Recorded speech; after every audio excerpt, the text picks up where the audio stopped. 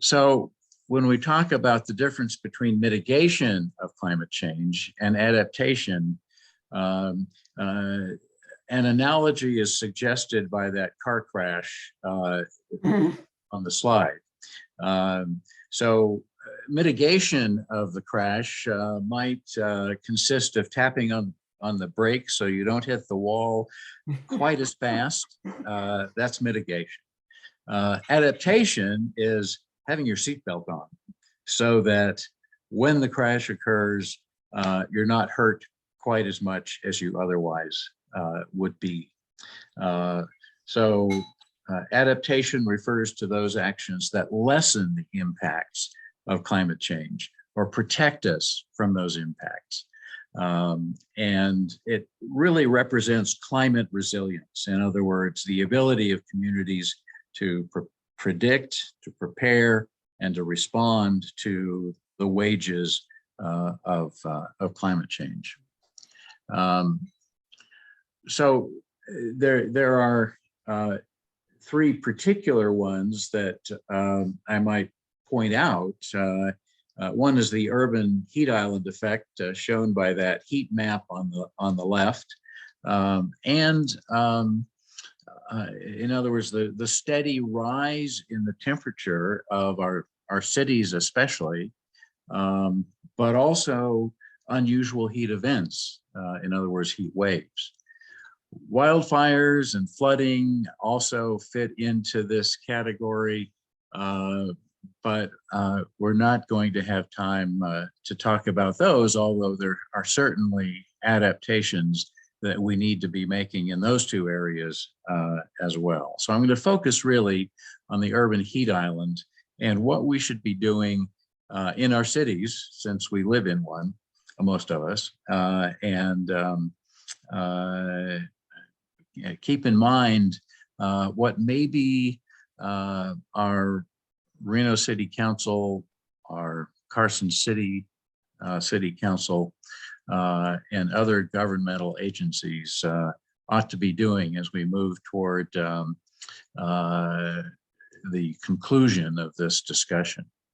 Well, this sort of sets the stage for the discussion. On the upper right there, you can see that prior to 1990, and especially prior to 2000, we had alternate years in which temperatures were above the mean for our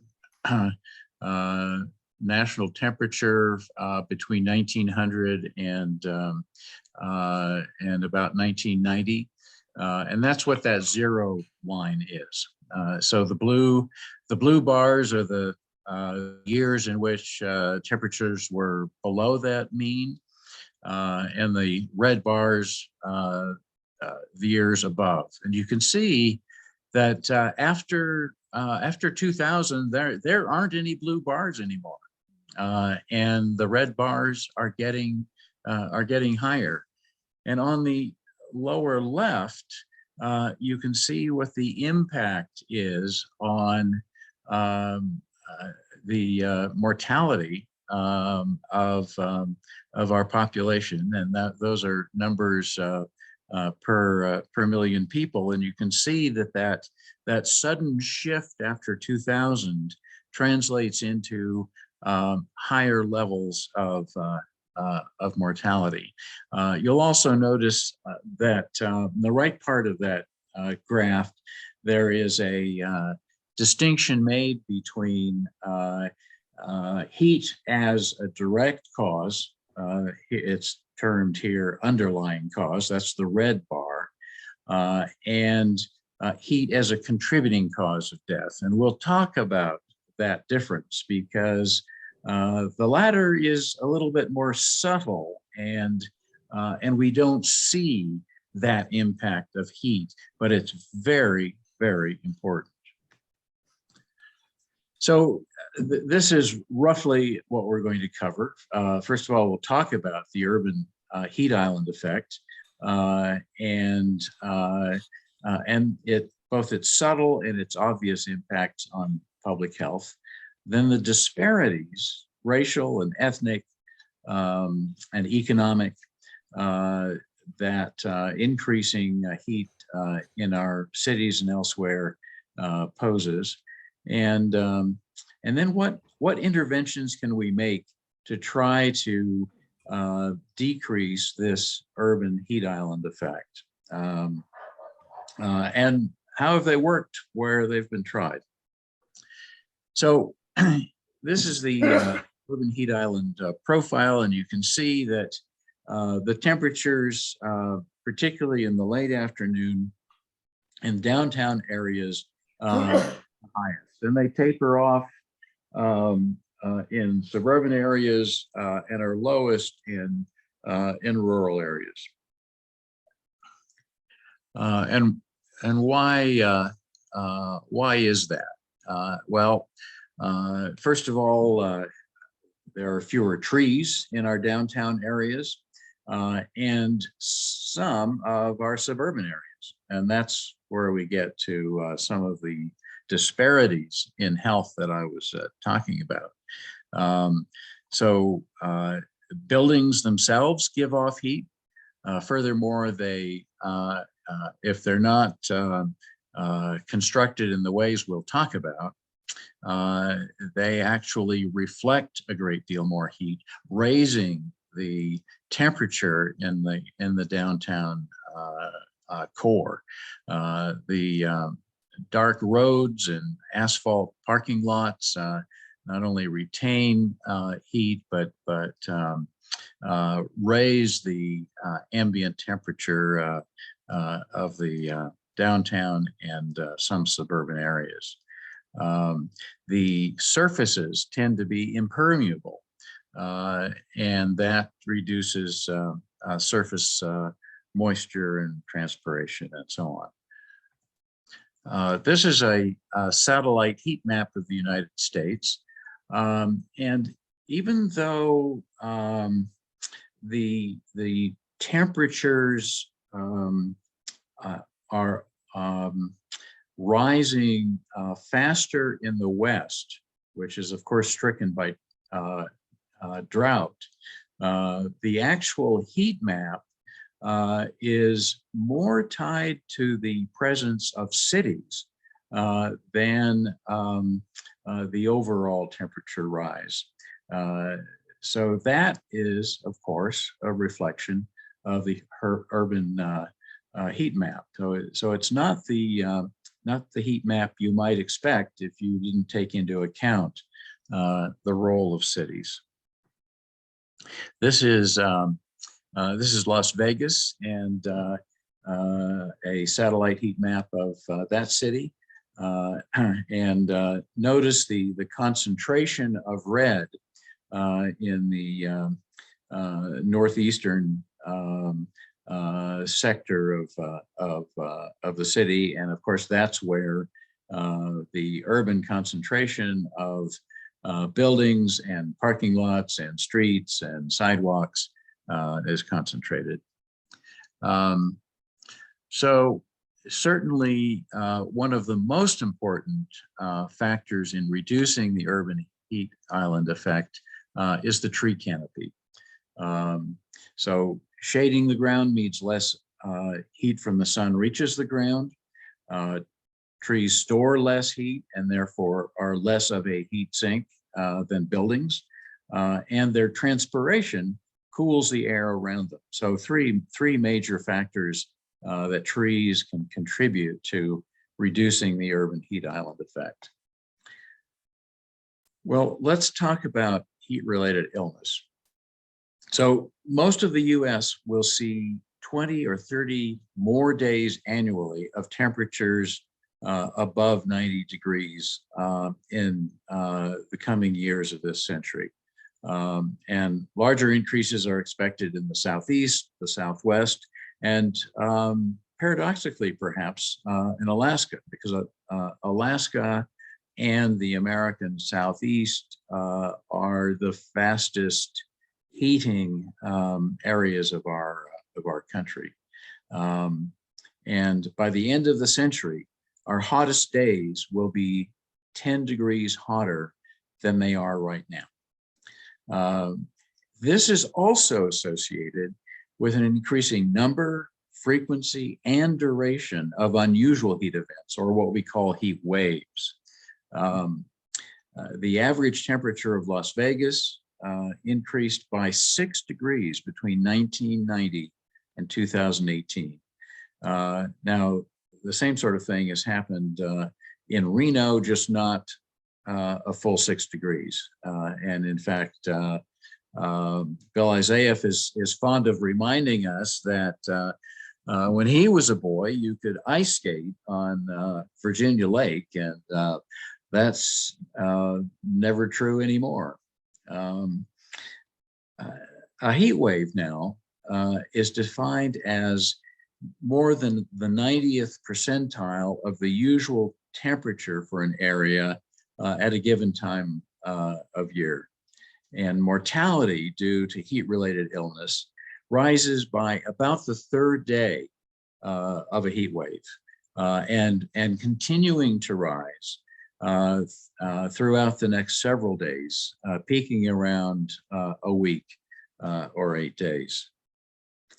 And just to remind you of what we mean by heat-related illness, there is heat exhaustion, which as severity increases, transitions into heat stroke with a much higher mortality, of course, than with mere heat exhaustion or heat cramps. So the patient's temperature here with heat exhaustion is below 104, but there's rapid heart rate, there's low blood pressure, there's dizziness, faintness, irritability, and of course, some people are irritable anyway, but more irritable than normal for that person, and then loss of coordination, some weakness, nausea, vomiting.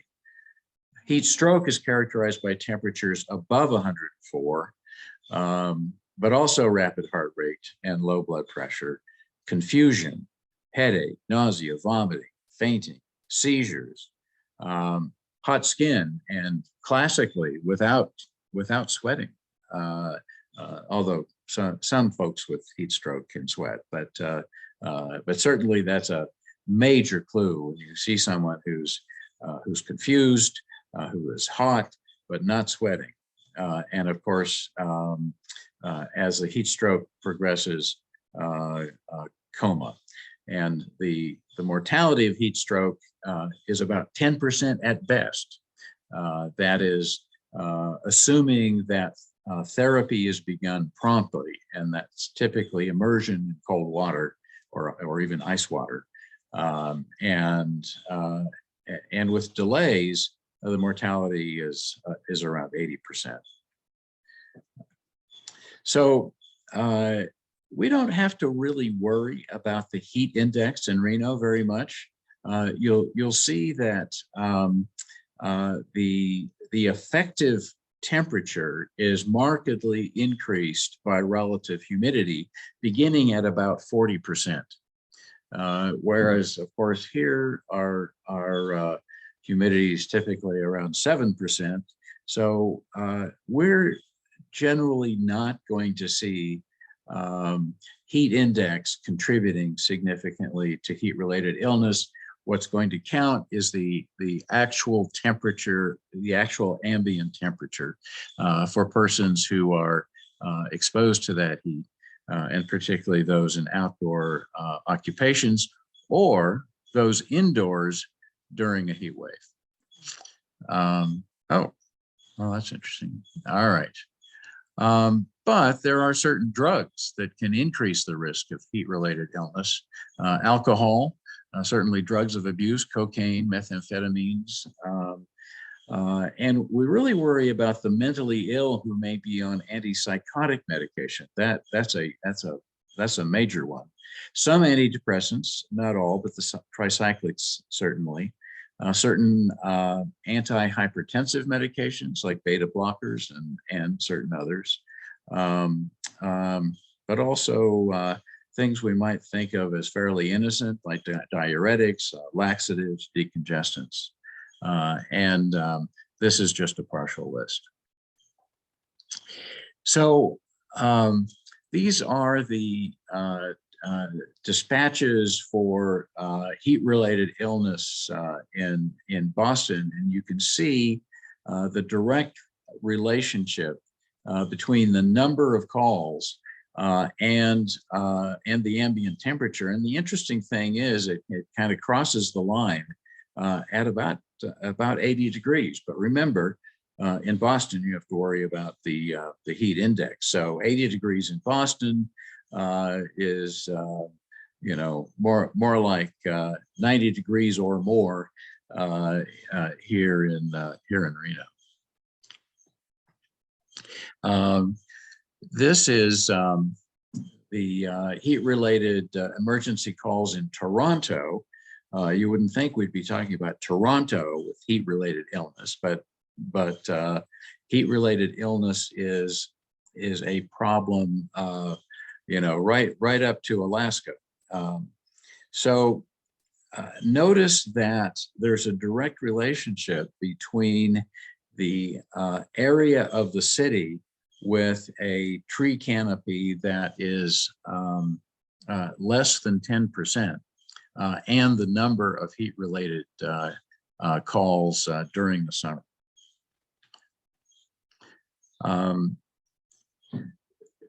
So here is a relationship between ambient summer temperature and mortality from chronic illnesses. So this is not during a heat wave. This is just during summer temperatures.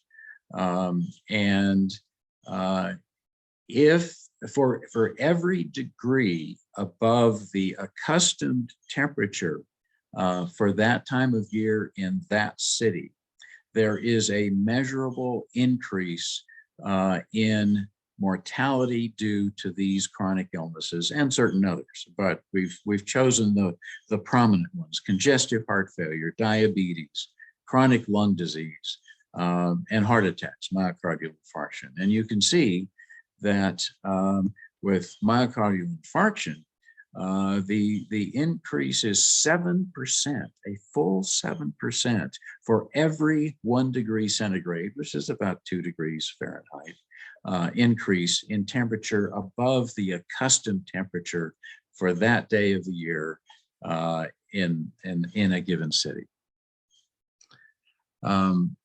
So that's the difference between what I call the subtle heat-related illnesses and the more obvious ones associated with heat waves and heat stroke and outdoor activities. But there are demographic factors too that begin to translate into some of the health disparities that I was talking about earlier. Being Black in eastern cities, being a Hispanic in Phoenix, being above the age of 65, lacking in air conditioning, and obviously that is related to poverty. Having less than a high school education, which of course is also confounded with poverty. There is a 10% increase in poverty, which is the strongest predictor, and estimated to increase mortality rate by about 4.3% per 10 degree Fahrenheit increase in temperature, or at temperatures higher than the typical mean. Homelessness and outdoor occupations. Neighborhoods with poor tree canopy, as we've already cited. So this translates into the racial disparities in the urban heat island effect. And you can see that it's 34% for Blacks in areas with no tree canopy, with and 62% in areas of a city with impervious surfaces. And of course, with both, it goes to 31%. And you can see that similarly, there are disparities with respect to being Hispanic or below the poverty line. Here is the mortality, racial disparity and heat-related mortality by race. And these are rates per 100,000. And you can see that that yellow line representing Black persons leads the pack.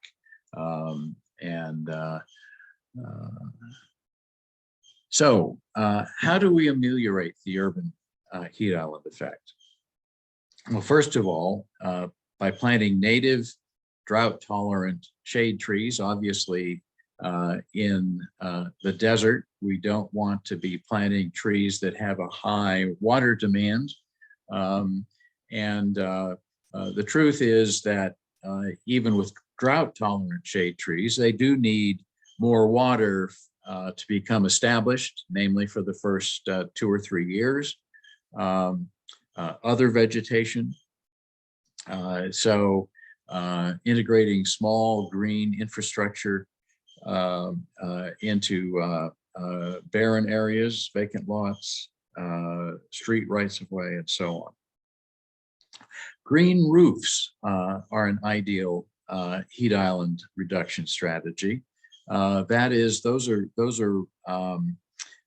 downtown roofs that are flat and can be planted. This has both direct and ambient cooling effects. It cools the building as well as reducing the increase in ambient temperature around the building. They also improve air quality by reducing or by absorbing pollutants. Then there are cool roof technologies, and we'll talk about that a little bit. Permeable pavements, which allow rainwater to go into groundwater and also improve storm management. And then finally, light-colored or preferably white buildings with what we call a high albedo, not to be confused with libido now. Albedo is a term actually originated by physicists and adopted later by engineers, and it has to do with the reflectivity of light, and it's highest for an absolute white surface, and of course, lowest for very dark or black surfaces. So what are construction materials that are cooling? So a cool roof is one that's been designed to reflect more sunlight and absorb less heat than a standard roof. They can be made of highly reflective paints, certain sheet coverings, or highly reflective tiles or shingles. And of course, we talked about green roofs. Cool pavements are both reflective, in other words, light colored, and permeable. Of course, high albedo buildings also have the advantage of requiring less cooling and also radiate less heat to the environment. And cool cars, interestingly, we don't think about that very much, but cool cars offer the same kinds of advantages. They're less expensive to operate, don't require quite as much air conditioning, or consume as much fuel, and they, of course, radiate less heat into the environment. Think of that picture on the title slide of all of those cars on the Los Angeles freeway radiating heat along with the pavement itself. So here are some different paving materials. So you can see the surface temperature of asphalt is the highest. It's dark. It is not permeable, and the coolest paving material actually are pavers. That is light colored pavers, and you know, our advanced civilization is not the first to think of this. You know, Mediterranean civilizations going back thousands of years have recognized the advantage of white houses. So think of Santorini, think of Tunisia, think of the Pueblos Blancos of Andalusia. And if you like sherry, Jerez de la Frontera is not a bad place to live in the south of Spain as well. This is permeability of a range of different paving materials. So even pavers can differ in their permeability and what's called hydraulic conductivity. And then finally, cars. So a black car only reflects about 5% of light, but it absorbs the rest as heat, whereas a silver car or a white car reflects about 60% of light and absorbs far less heat. So you might think about that your next car purchase. And if you're thinking in terms of contributing to the urban heat island effect, obviously an electric car is going to contribute far less to the urban heat island effect than a fossil fuel consuming car. So this is work from the Livermore Laboratory, and the difference between hot cars and cool cars, and you can see the black cars represent are represented by the red line, and you can see the peak occurs about noon and continues through the afternoon, and that is of the roof temperature, and the green is of course the silver, or I'm sorry, the blue is the silver car, and the green is the difference. So, well, Phoenix has had a climate action plan for quite some time, and they have brought their heat-related deaths down from 172 in 2017 to 134 in 2020. And they did it through a variety of means, paying attention to all of the factors that we've just talked about.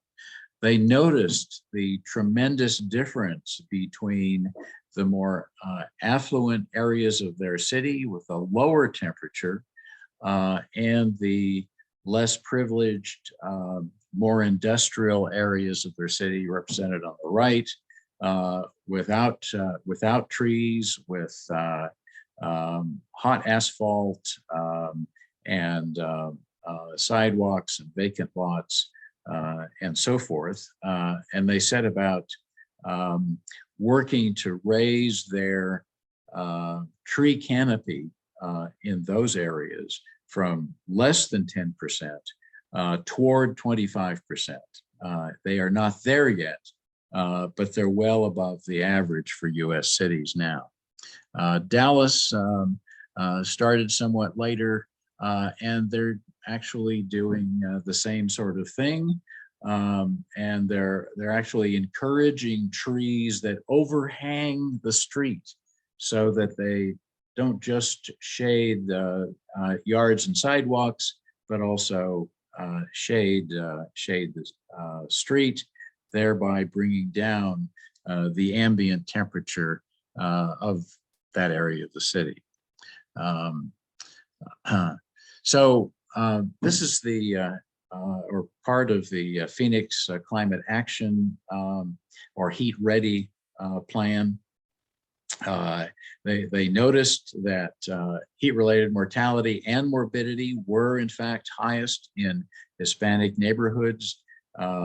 The average summer near-ground air temperature in affluent neighborhoods with 25% tree canopy and cool roofs, 99.5 degrees versus 111 in low-income neighborhoods with regular roofs, no tree canopy, 111 degrees Fahrenheit on the same summer day.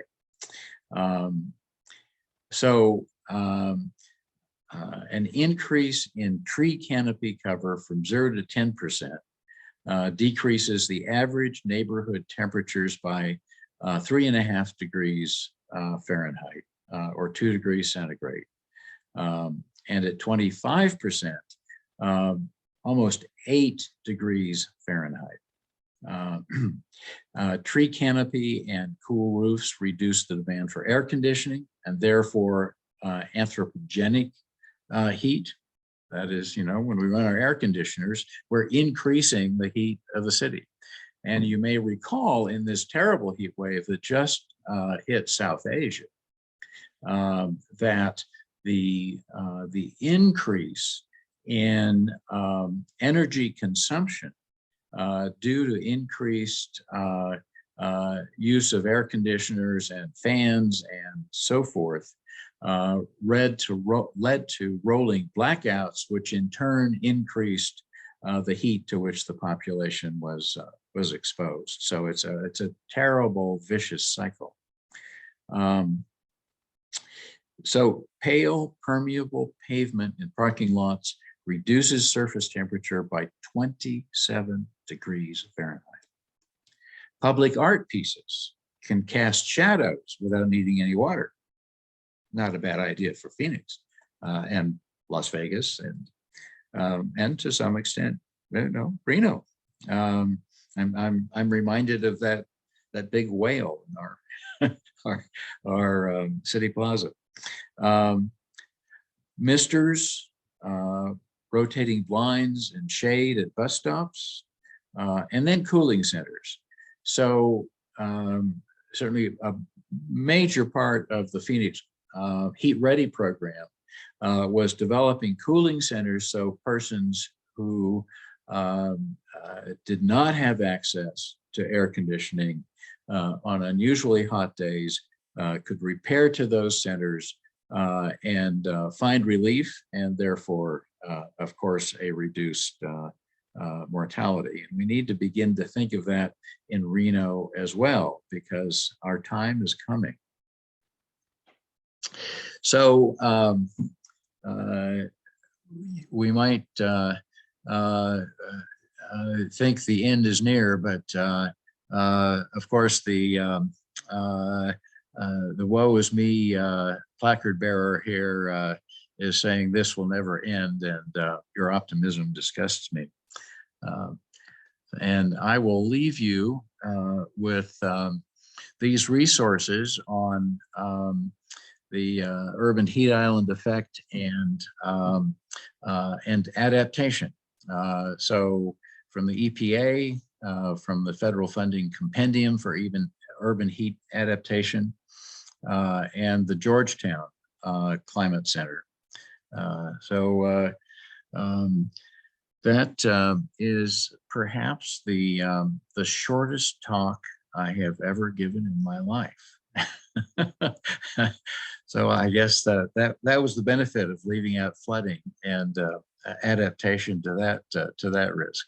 So at this point, Dan, why don't you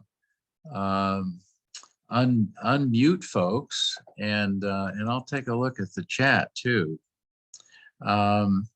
And Leah wants to know if I'm part of the governor's task force on heat-related illness, and no, I am not, but I am chair of the Public Health Commission for the Washoe County Medical Society, and on the Public Health Commission for the Nevada State Medical Association, and we have developed a adaptation statement and proposal for Nevada and local jurisdictions. And it said Nancy Ann wants access to the visual presentation. So thanks to the offices of Dan Pinato, who has helped me make this possible. The video recording will go to the UUFNN YouTube site, and it's generally up by Tuesday. So you will have access to it there. Okay, that's all. Let's see. And Leah says something about solar punk cityscapes. She's going to have to explain what that is. And let's see. Oh, here we go. Some medical and mental conditions can be exacerbated by extreme heat, and some prescription medications work differently in heat. Is this true? And do we know which diseases and medications are more susceptible? Oh, and now they just saw my slide and are intrigued by the fact that decongestants are on the list. Imagine allergy season coinciding with a heat wave. Yeah, that's a good point. All right. What is the site to find the statement developed for state and local governments? Oh, well, yeah, I have to admit, we've not published the Nevada State Medical Association statement yet, but I would refer you to the resources that you see there on the screen. And Jeff Carlton says there was a pledge to provide a carbon offset calculator program through Naomi Doerr's Relief Reno initiative. It would be nice to keep offset dollars local with local benefits. Yes, thanks for referring to the Relief initiative, because that is going to come up for a vote, I think, in the Reno City Council in June, and it directly addresses the tree canopy issue in Reno, because we have the same kind of disparity in the distribution of the tree canopy across our city as other cities that I've cited. So, so that's a really important first step. But you'll also understand, I think, that increasing the tree canopy is only one part of the package of adaptation to global warming in our cities. So, all right. So, any unmuted questions or comments? I have one, Kevin. It's Mary Lee. I was Yes, just Mary ready to type it, but you know, it disturbs me driving around Reno. People are trying to save on water by replacing their lawns with little rocks. And those rocks, and sometimes big rocks, right around trees, and they seem to me really make it hotter than if they were to use those chips, the wood chips.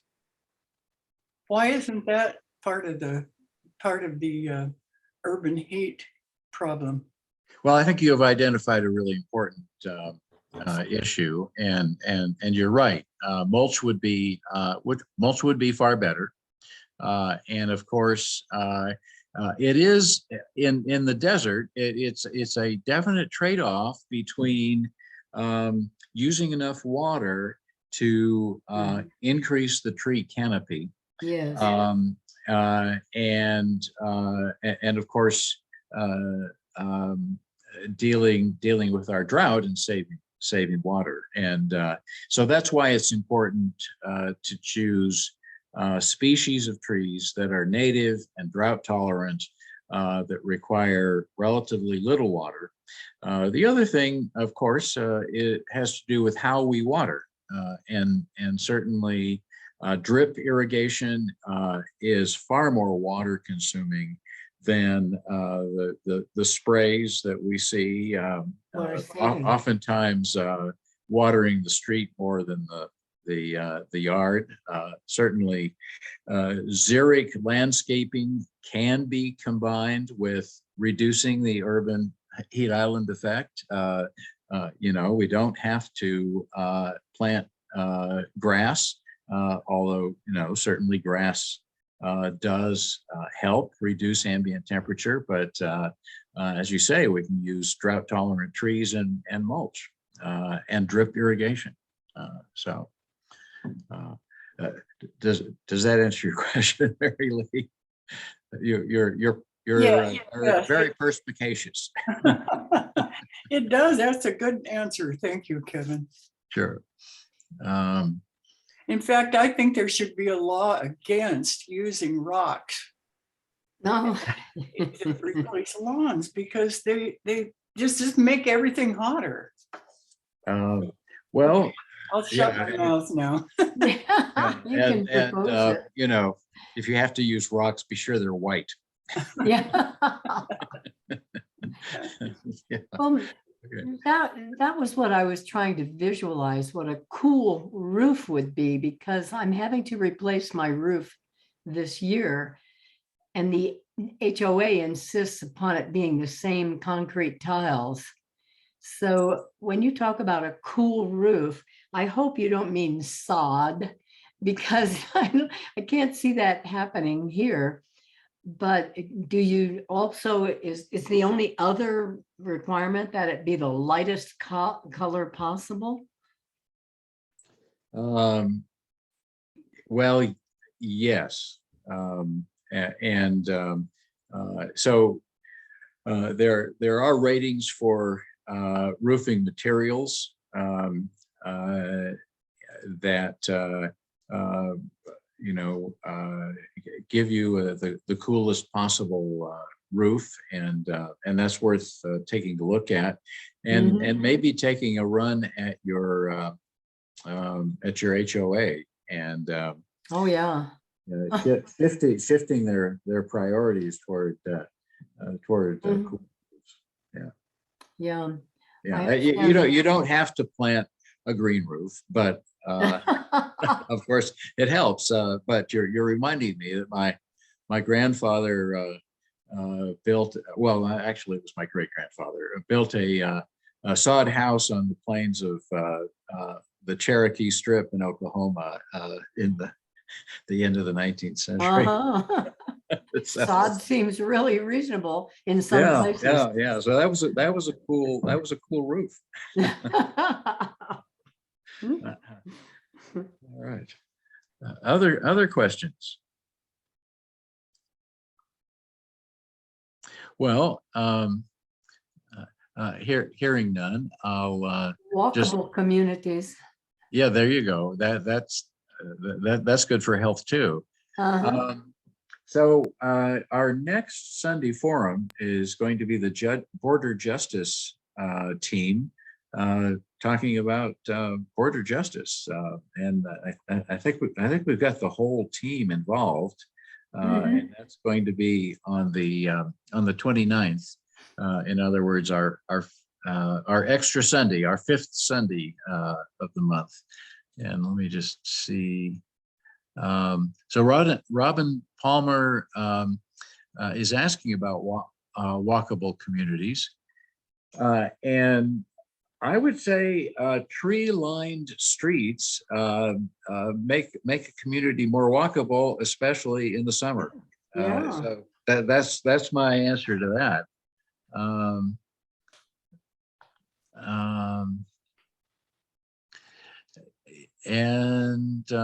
Yeah, removal of I'm not sure what non-functional grass is, but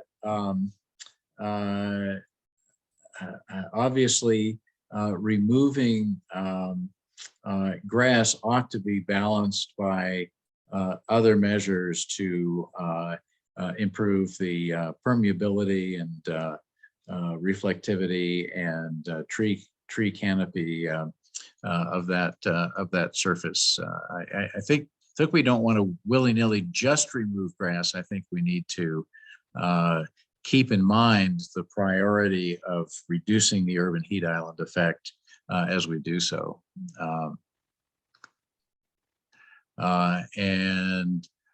Mary Gale is pointing out the deep watering helps trees drive their roots deeper and doesn't require as much water. That's a really good point too. I don't know. I don't know why the Livermore Laboratory studied silver cars and not white cars, Sally, but I think that the same principle applies. And in fact, white cars may even be more reflective, may reflect more than 60% of light as compared to silver cars. But white cars count. Now, my wife hates white cars. I'm probably going to have to settle for a silver car next time, but we'll see.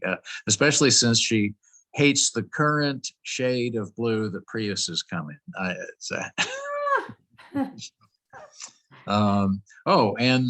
Let's see. Leah has just put up a good article on the heat island from the Nevada Independent. I'm going to have to look that up myself. That looks good. All right. So Nevada Independent. Extreme temperatures disproportionately affects minority, low-income communities stuck in heat islands. So obviously that reflects the theme of this talk. All right. All right.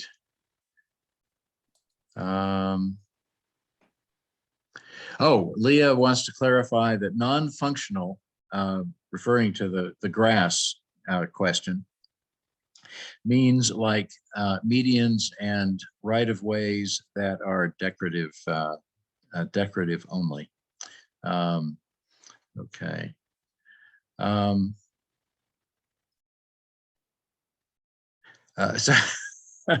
Robin Palmer's comment is she kind of feels like this discussion is akin to adapting to nuclear war. I haven't developed a program for that yet.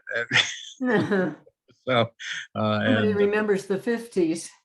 Yeah, well, those adaptations might have been inadequate. I think so. Probably need something more. I don't know. And Leah says, thank you. Much more hopeful than other climate presentations that she heard last week. Oh, good. Well, I'm glad to provide that. Okay. Any other questions? Feel free to unmute yourselves. I think Dan is allowing that. Another thank you from Nancy Ann. Thank you, Nancy Ann. All right. Okay. Well, I think we can probably leave the resource screen up for a little longer in case you haven't had a chance to take notes. And we'll, for the first time in the history of the Sunday Forum, let you go early. Oh, yes. So,